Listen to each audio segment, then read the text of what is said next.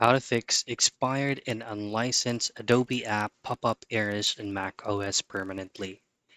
Now, if you're receiving this kind of error message while opening up your Adobe Photoshop or any kinds of Adobe that you have from your Mac operating system, here's how you can permanently remove them.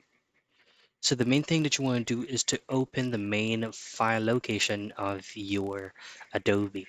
So say for example, you put it up under your file manager into this PC, local disk C, and then from here go into program files and then look for the Adobe Photoshop 2022, for example, and then go into package contents, plugins, require, and then here all I have to choose is via extensions folder.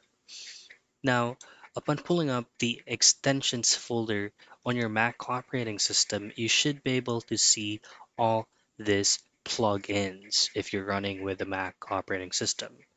Now, there are specific plugin file that you need to be deleted for you to be able to have it removed permanently. So what you want to delete from here is just the fastcore plugin and as well as the MMX core plugin. Delete it and try to relaunch your Adobe application on your Mac OS and try to run some test if that specific license error will still show up. And that's the most convenient way for you to fix expired and unlicensed Adobe app pop-up errors in Mac OS permanently.